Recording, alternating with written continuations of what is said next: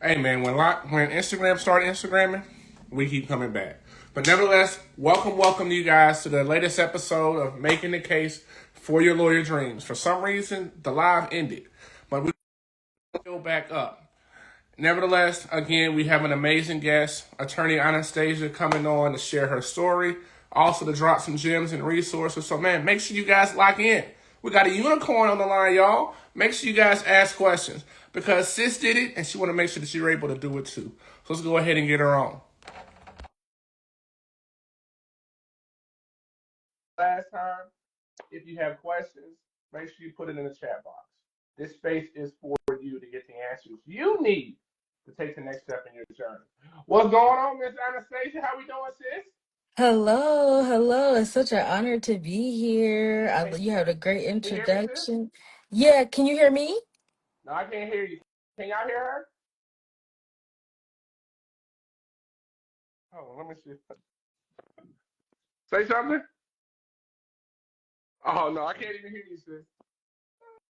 Can you hear me now? Can you hear me now? Can you try the headphone Turn the now? volume all the way up. Hold on. Let me put it. Let me make sure and check the Bluetooth. Can you hear me Oh, now? yeah. You know what? It's me. It's my bad. I'm I can own it. like, I can oh own it. no. But nevertheless, Oh my sis. goodness. But nevertheless, Well, sis. yeah, Go ahead, it's an sis. honor to be here. Thank you so much for, reaching out. This is such a powerful platform to just help, us minorities just, really crack into this elitist, very tough profession. In all honesty, I just got sworn in last week. I am a prosecutor by the grace of God. So it's been a journey for me. I've been working with the Cuyahoga County Prosecutor's Office. I've been a clerk there since September. And then they, by the grace of God, gave me a second chance to take the bar because I was unsuccessful for the July bar. And so even though I've been like clerking and interning and learning the ropes, now I'm officially there. So, God is good, but I would definitely just start my journey from the beginning. We could take it on back to the journey really started in 2019 for me. That's when I knew I wanted to go to law school. No, that's when I had started avidly studying for the LSAT, right? So we got to start there. Everybody's got to take the LSAT.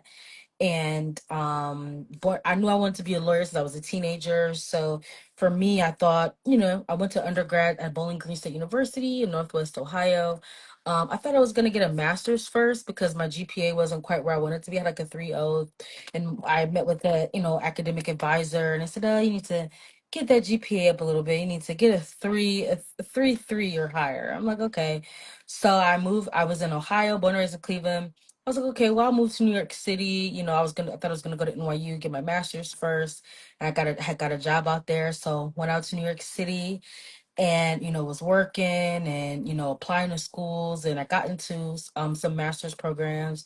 So I thought I was gonna, just do that. And then, the Lord, as he does, turns things around, because for me, I was lucky enough where in undergrad at Bowling Green, I did a um program with the TRIO, which is under attack now because of this administration, TRIO programs, Mm-hmm. which help minority and diverse students get into Hell, me PhD and too. graduate programs. I remember the Yep. trio program. Yeah. So I was in TRIO, and I got a lot of prep for the GRE. So I knew, I'm like, okay. And so I took the GRE, right? I thought I was going to get my master's. And I knew, like, okay, I need test prep. Like, if I can't just like try to wing this like LSAT. Like, I knew I needed test prep. So I was a little discouraged. And that's why I was pushed towards more maybe getting a master's, because I knew I got prep. So I came home, and on the East Coast, they have midwinter breaks in like February. So I came home and visited my high school, and I went to a Catholic school. And so they were talking to me and just asking me what I was doing. I was like, oh, probably going to start this master's. And they, tapped back in and reminded me of who I was. And they said, we thought you wanted to be a lawyer. I'm Oh. like, well, I do, but I don't have tests. I can't afford $1,500 test prep course. I mean, it's really expensive. And I just didn't, I didn't have the money for that. And I was like, I just rather just get a master's, work a little bit. I thought I wasn't gonna start law school till 30, and I'm 28. you Oh, know. So oh. uh so they were like, well, have you tapped into your resources? So by the grace of God, they paid for my LSAT prep, which was like a $1,500 captain course. And I just want to be candid about that, because these are the barriers that prevent a lot of people. Like, this is not easy, and that without that, I don't know if I would have gotten a score to get in. So I took the LSAT twice. I took it in um February of 2020, not 2029. New did I got a 140, I got a 148. I was like, okay, I know I need to get a 150 if I want to at least have some options. I knew I needed to be in the 150s for some of the options and dream schools that I was achieving, pushing for. So again, talked to a lot of people, and everyone said, don't rush. Take your time. Like, there's no rush to go to law school. Like, you want to be prepared, right? So luckily the Kaplan course allows you to kind of like Retake. retake the course. Mhm. You know it all too well. So I retook it and I sat again, and then COVID hit, right? Mm. So I was able, because of COVID hit. No, no, no. So let me correct that. I said I took it early 2019. No, I took the first LSAT like a month before COVID hit. So I started studying in 2019, probably studied for like 6 months, took it February of 2020. COVID hit a month later. And so then the LSAT Flex came by the God, grace of God. So I studied, and I was technically, I'm doing something that I would advise against. I was a late applicant. So I sat for the January 2021 LSAT. And that is late for that admission cycle, because I knew I wanted to start fall of 2021. Fall of 2021. So I took the LSAT, didn't get my scores until late February of 2021, got all my apps in by like March 1st. And due to that, I got a 153 my second time around, thank God, which is like a range, which was a good range for a lot of my target schools. But because I was late applicant, I probably applied to like 9 schools, and I got waitlisted to 5 of them, because it was a very competitive Yeah. cycle. 2021 was a very competitive cycle. And so I got waitlisted. And waitlist means you're a good applicant, but we don't have space for you. And we have to wait to see how things kind of trickle down before we can offer you a spot. And so I was encouraged, like, okay, I'm good enough, but I wasn't strategic. I was not strategic in how, in that, just because I was like, just wanted to get in, and again, didn't follow my advice, and still the advice I was given is still like, no, I want to start law school. Like, I don't care, I'll go wherever I Mhm. go. Right. So I got into Cleveland State College of Law, well, at the time, Cleveland Marshall. I got into Rutgers, and I got into St. John's in New York. And so I was torn, because I really wanted to go to law school on the East Coast, because I didn't want to leave New York City. Like, I loved it. Like, even though COVID hit, I didn't want to come back to Cleveland. I'm a young Black woman. The East Coast is a little kinder to us. So, but Cleveland State upped the ante on the right day. And so I stayed home. I went to Cleveland State, and it was a blessing in disguise, because um I had a lot of things that I will share later happen, that it was just a good thing that I was home with family, during this time of my life. And so took the LSAT, started, got a great scholarship to Cleveland State. And I'll be candid and say, because I just want to be as transparent as possible, so people understand kind of what it is. But I'll say I applied and got in before we lost affirmative action. I think that's very important to know. So part of me is a little torn, because I'm like, oh, I rushed, but also like, I was probably one of the last cycles that got the affirmative action benefits, whatever Mhm. that is or means. So I got in. Cleveland State's a public state school, and I was a Mhm. resident, so it's Mhm. about 30,000 a year. Yeah, it was a little cheaper, a lot cheaper than schools up north. A And lot Rutgers definitely be cheaper. stingy with the money. But for the people who just joined us, I want you guys to know and make sure that you tune in. We are locked in right now with an amazing unicorn right here, an attorney, Anastasia. Anastasia. Sis literally is the manifestation and walking in her purpose. I want you guys to be able to understand is that oftentimes in this path, the really biggest thing I learned so far thus far is the value of asking for help. There's a lot of people out there who are struggling with the LSAT, self-studying, but there are a lot of resources out there, and that literally, Anastasia, The reason why you were able to take that step is because you simply asked, and somebody cut a check for 1,500 for you to be able to take the LSAT, and then retake it again. Oftentimes in this journey, we are going to have to step out of our comfort zone. To you guys out there who may be struggling, maybe it's a sign of you realizing that you can't do it by yourself. So I think for a lot of us on this lawyer journey, at first, we've definitely been doing a whole lot of this stuff by ourselves. And then also you get that reality check like, damn, okay, I gotta make some changes. Okay, this ain't working. So tell me a little bit more about. So we get to Cleveland State, we back home. You hear about people leaving Cleveland to go to New York. You don't hear about people going, well, I'm moving from New York to Cleveland. So how big of an adjustment was it for you? Because law school course is different, but now it's different, and you're grown, and you're back home. So, yeah, so the transition back to Cleveland was an interesting one again. Now, I had been back for about 6 months because again, when COVID hit and New York City was the hotbed for the globe. So I was comfortable being back home because I was back home when like all the protesting started in George Floyd. So there was just this momentum that had built across the country. So I was able to tap back into my community because I studied poli sci in undergrad. I was a community organizer. I was a fellow with the Ohio Democratic Party. And so I was able to kind of tap back into a lot of my friends and community organizers. So I had community and I'm grateful for that. But I think Cleveland is a place where you need community or it can be very isolating versus New York. You could just kind of fly solo dolo. It's a million things you can do. You can just be your own person, your own lane, and that's that. But Cleveland, it's a slower pace, and so you got to know how to build relationships and maintain relationships to keep your peace and your mind right. And I will also share, and I share this for the reason, Cleveland, according to a 2020 study by the Bloomberg City Lab reports, Cleveland was voted the worst city in America for Black women. And I say that also as a commissioner. I put in my commissioner hat on.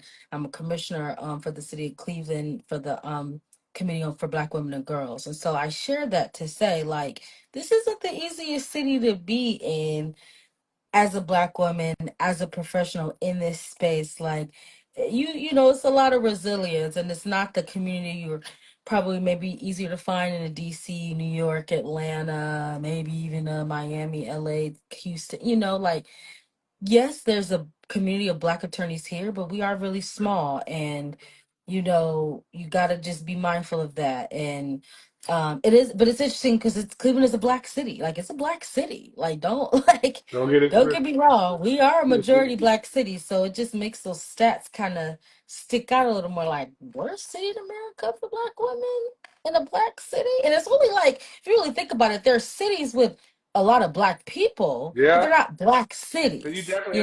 People say, As soon as I heard you say that stat, I started thinking about worse than this city. I ain't gonna call out no names, but you. Well, think about 4 or 5 other cities. I would have thought it would have been a whole lot better there. you would think, right? So, and I don't want to dive too much away from like the law track, but just working in this, doing this work, being in this work, researching this, you got to kind of dig real deep on like, what are this? What are the factors?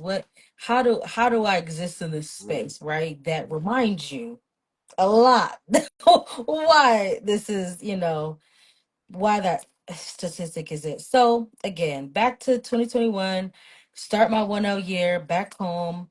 I have my, my family. I have a slew of baby cousins that I adore, my mom, my aunt, my church family, So start 1L year. Hopeful as everyone can, as any 1L could be. Everyone wants to, do good and be prepared for the cold calling and reading case law, which is hard. And it hit me the first week when you get your books and you get the reading and, classes, classes maybe only 2-3 hours a day. And I'm reading and, it's 8 o'clock at night. My class ended at 2 and it's 8 and I'm still reading. It's 9 and I'm still reading. It's 10 and I'm still reading. And I still don't know what the case is talking about. You done highlighted the whole damn. You done highlighted the whole damn book. So it's like, okay, so that, 1L, you're just in the trenches. I'm grateful the girls that I started off 1L year with, we're still very close to this day. But, it was very humbling because at the end of my first semester, I had a 2.4, two. So I'm like, okay, I had two B minuses and two C pluses. I'll never forget. First C pluses I ever got in my life. I'm like, Yep, what is yep. this?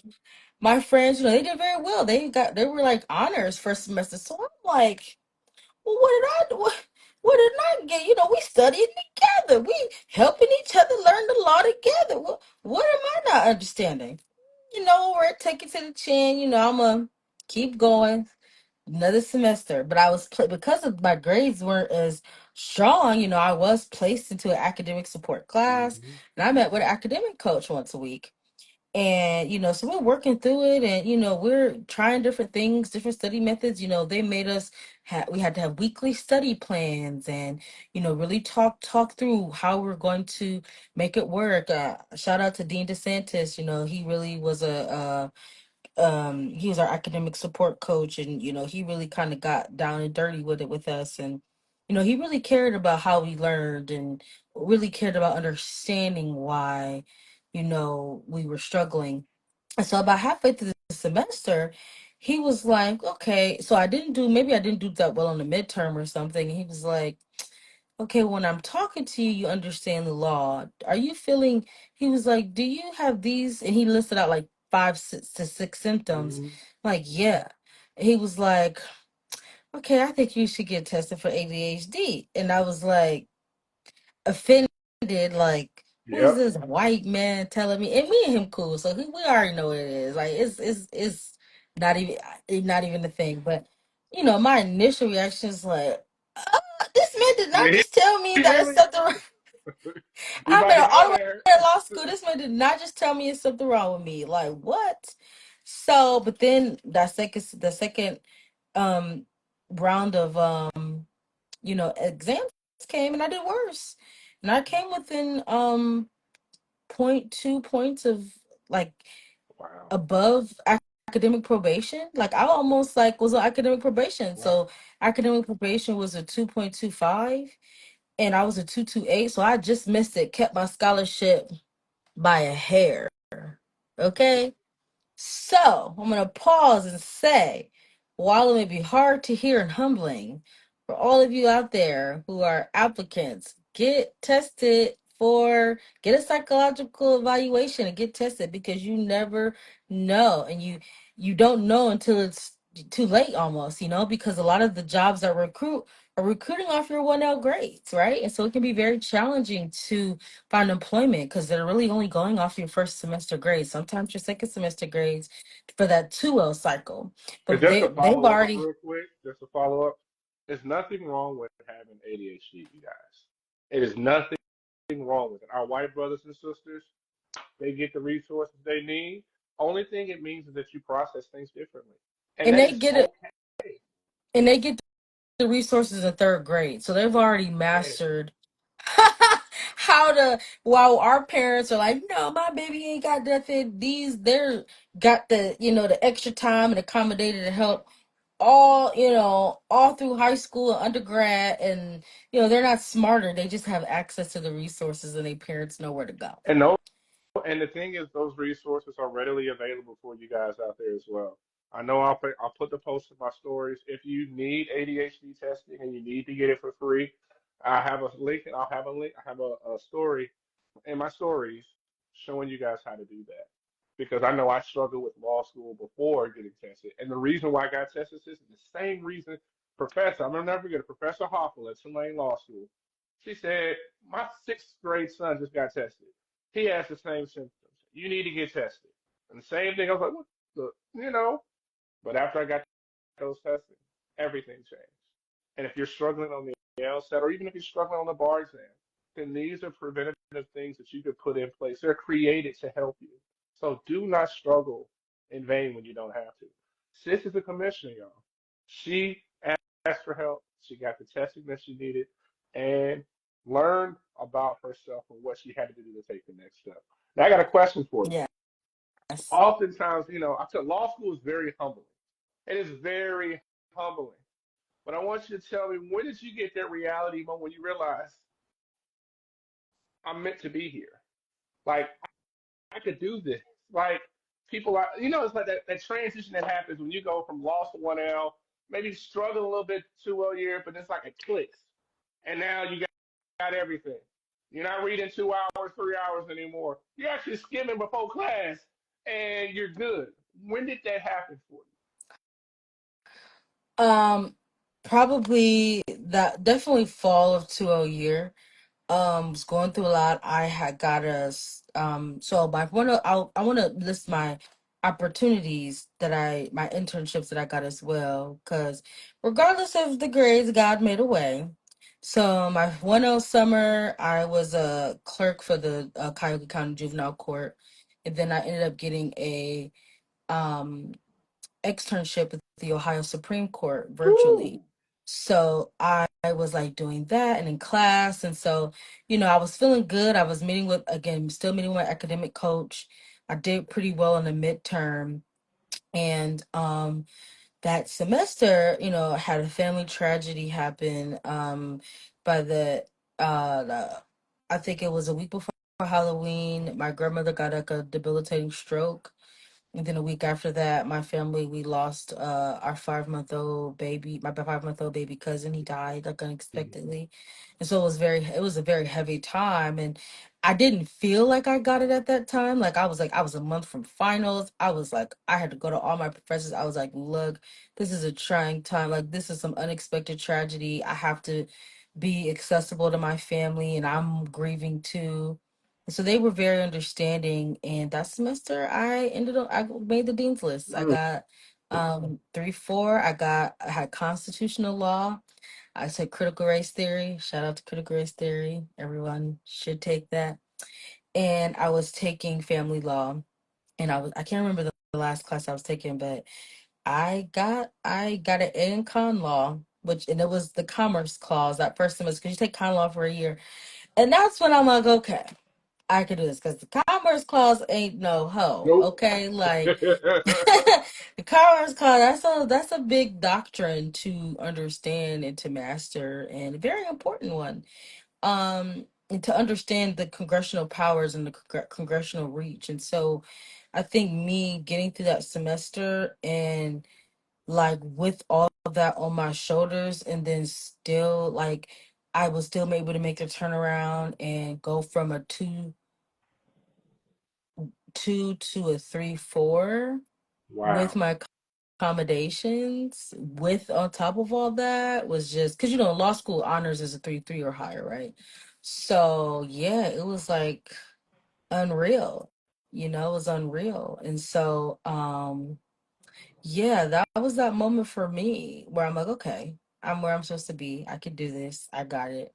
Like, I just needed a little adjust, because I think that the biggest thing that was scaring me was me not doing well. You got to understand that your exams are all graded comparatively, and so you could be doing well, but one of my one of professors said, like, you have a lower word count than everybody. So I really just didn't have enough time. Like, and I Hmm. couldn't understand, like, am I not knowing what I'm talking about? And I was talking to some of my professors, and they were like, yeah, like, you weren't off base. You knew what you were saying. You just had a low word count. And that makes all the difference. Like, if people have more on the page to get more points for, they're getting more points, and they're getting Yeah, the A's. let's definitely put them on game on what a sample answer is.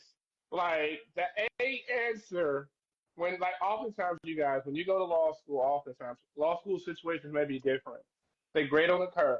And really it's almost kind of like, it's gonna sound corny how I say this, but I'm gonna show my age. It's like Pokemon. You gotta catch them all. Literally, you are trying to capture points. And the thing that's amazing is you begin to see how next level you are when you go in there. 'Cause I know you go in there pissed off, like, how the hell did I get this grade?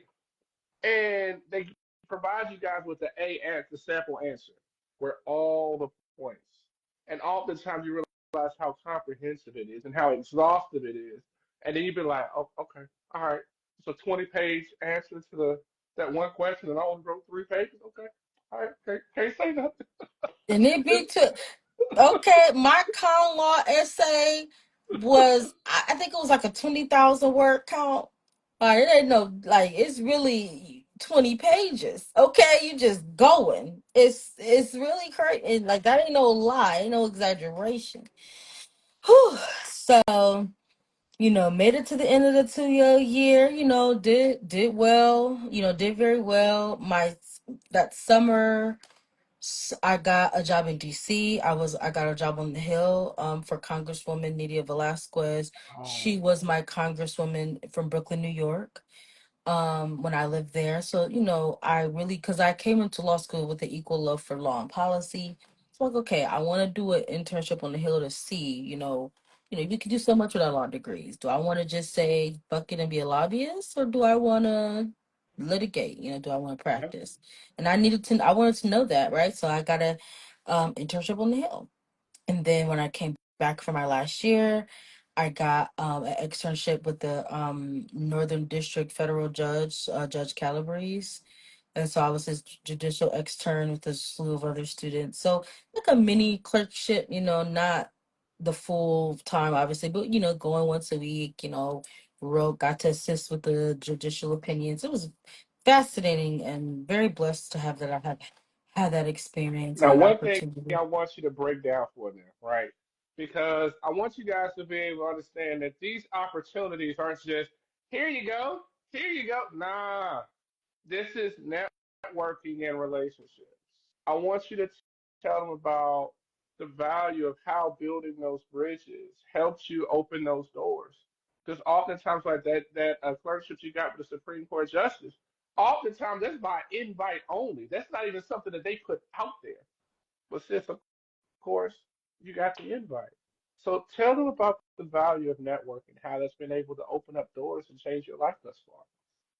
Yes, so definitely. Um, so for the Ohio Supreme Court, I was a judicial extern in their mediation court services department. So I was in their mediation department. Supreme Courts of states, like, have original jurisdiction over very few things. So typically cases only get to the Supreme Court because they've been appealed, right, from the appellate level. So for there to be a mediation, this is a case of first impression for them, right? Like, mediation happens at the trial level. And so for mediation, I was lucky enough to be able to leverage the experience I got from juvenile court, working in their mediation department, to show like, hey, I do have an interest in, you know, negotiation, coming to a plea deal, things like that. So that was just pure application. They sent the applications out to our, our career advisors, and they sent to us, you got to kind of just wow them in a cover letter. No grades, just wow them in a cover letter. But I will say my other opportunities, every other opportunity was straight networking, right? If you're a Black law student, the job I have now at the prosecutor's office, I got by going to a career fair in Detroit. The Midwest Black Law Student Association convention was in Mm-hmm. Detroit in 2024. And I met the first assistant who was there recruiting, and there were people recruiting from everywhere. There were people recruiting from um, Cook County, from Indiana, from all over the Midwest and the East Coast, DC. And so I was able to network, and we talked, and she said, hey, she took my application. She said, hey, if you're interested, there isn't a lot of us. And boom, that's how I got my post-grad job.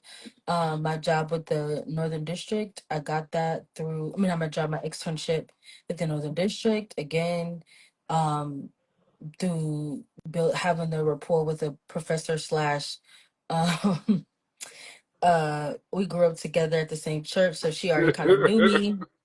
But Sister, again, cousin, friend, relationship, right? and she was already, she's the director of our pardon clemency and expungement clinic. Shout out to Kalita Jackson, really influential and really great, former federal defender, now again director at our one of our clinics at CSU Law.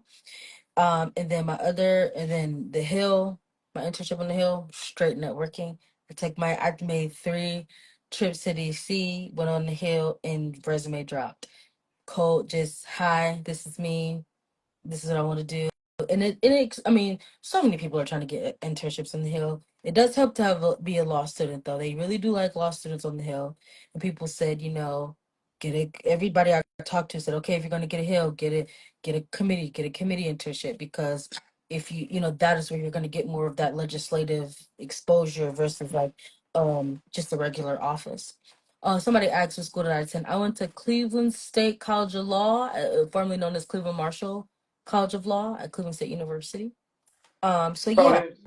did y'all check that, y'all? Like, you can't be comfortable if you wanna rise and grow. Because there's somebody else out there, and I say this all the time, people get annoyed by it.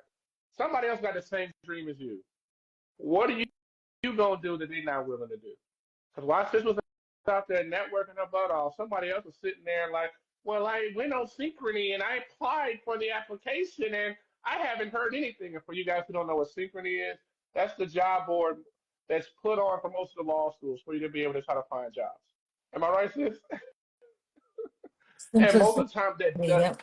and most of the time that's more of a formal process.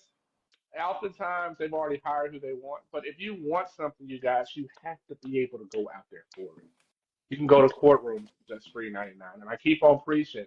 Like, for example, one of the things Anastasia talked about is like, even though there are small communities of black and brown lawyers all over the country, oftentimes in each state there are black bar associations, Hispanic bar associations, where they host events and activities for you guys to be able to attend. You don't have to be a lawyer. They're not going to card you at the door. Bar card? No, they're not going to card you at the door. So that's something that you can be able to attend. Sis took a step out of faith and she's continuing to reap those rewards. Sometimes you guys, you're going to be planting seeds that may not lead to an immediate acceptance, but it may lead to something down the road. I know we're in a world now where we're expecting immediate results. Sometimes it doesn't work like that. And so one of the things I also want to ask you, Anastasia, now, I mean, this journey hasn't been easy. I mean, initially, sis, you were like, well, you know what, I'm about to, it's the masters for me. But I want to know from you, sis, like, when did you realize, you know what, this is something that I want to do? Because that's the only, when did you realize I love this? Because it ain't about the money. The money is eventually great, but when did you realize I love this? Yeah, it's hard. Yeah, I just cried. Yeah, I just had to go on the reapplication tour with the bar, but I'm ready. I want this. Definitely, like I mentioned earlier, that critical race theory class that I took, I had an amazing professor, Professor On, who did an incredible job breaking down how the law has been used to oppress our people from Mm, the dawn of time.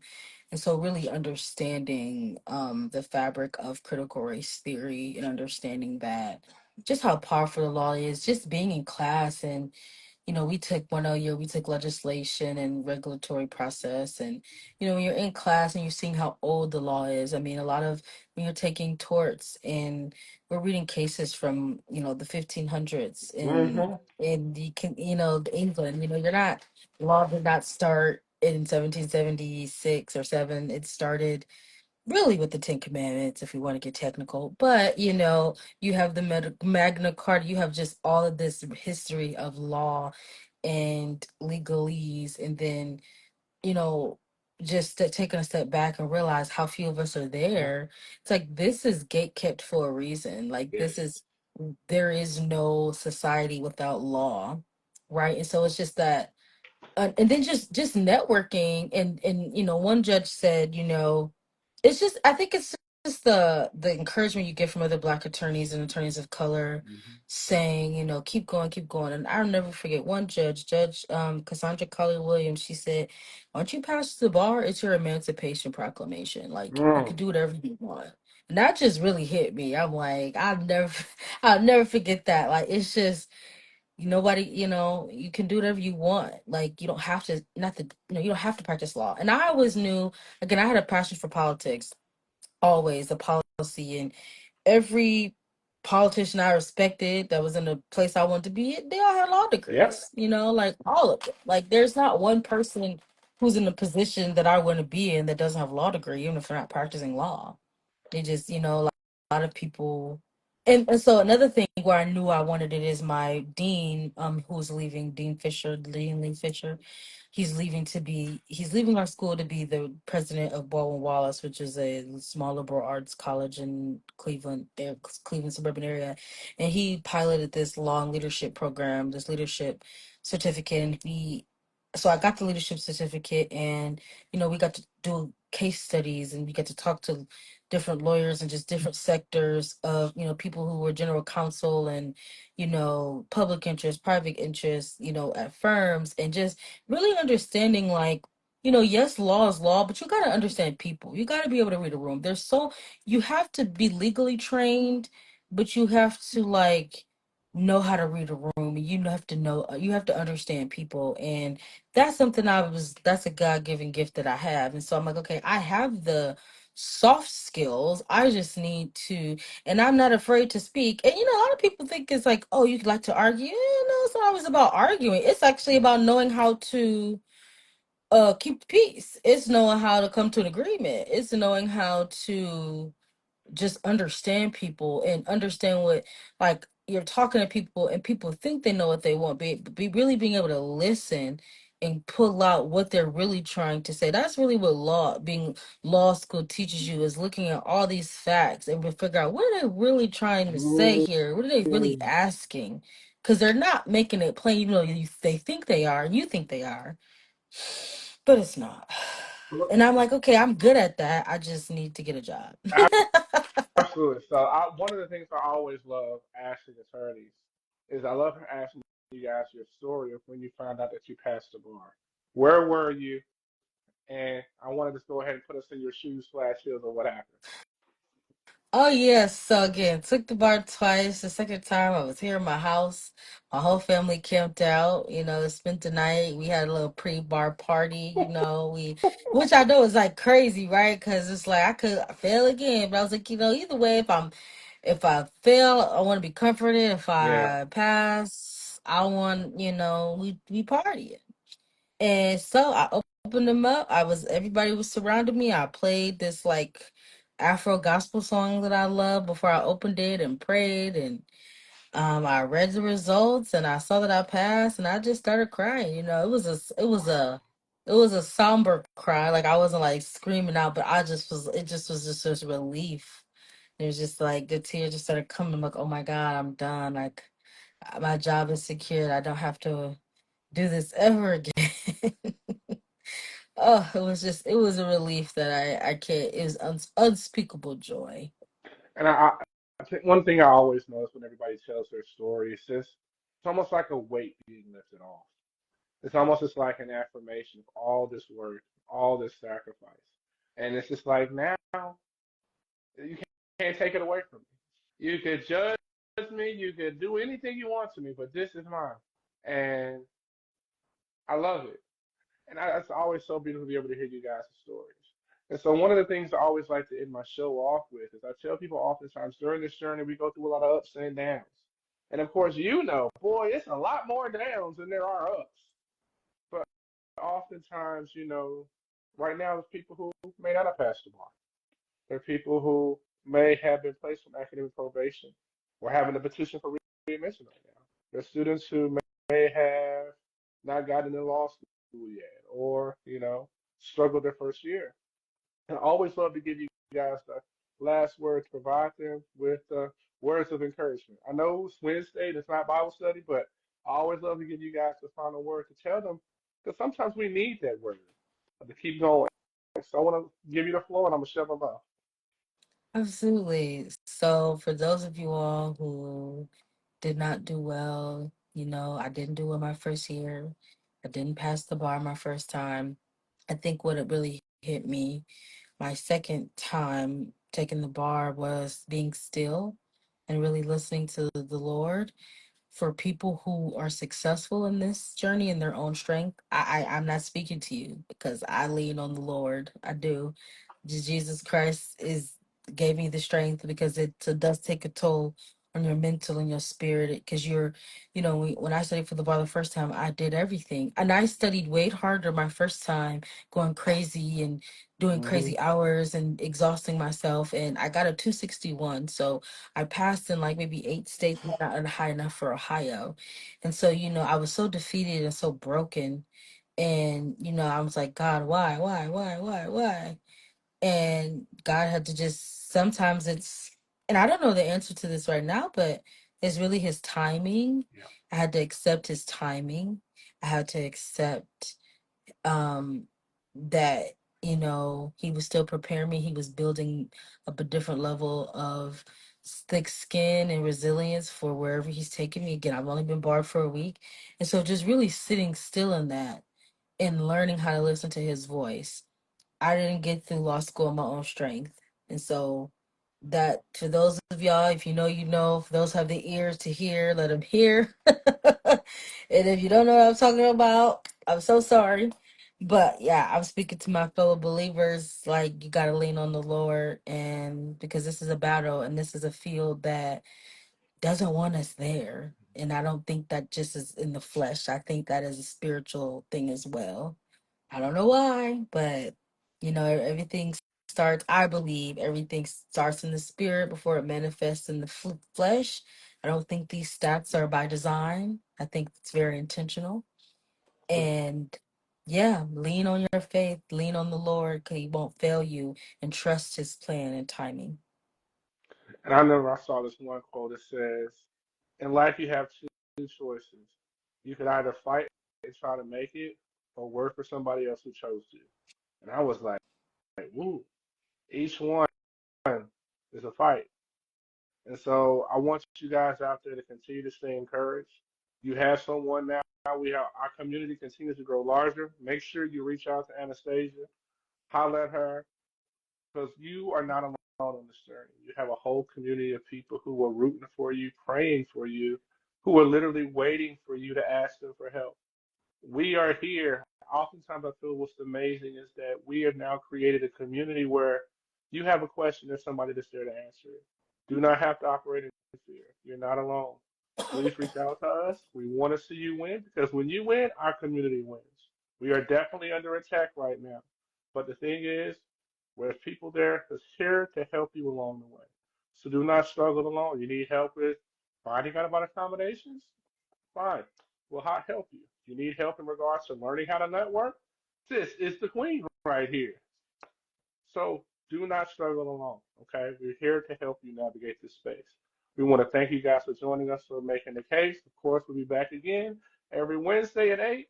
Again, Anastasia, thank you so much for joining us. I really appreciate it. Thank you. Thank you. For you guys who may have missed the episode at the beginning, you can always subscribe to our YouTube channel at BecomingJD and catch all 80 episodes of all of our amazing guests. Again, thank you, Anastasia, and peace and blessings to you guys.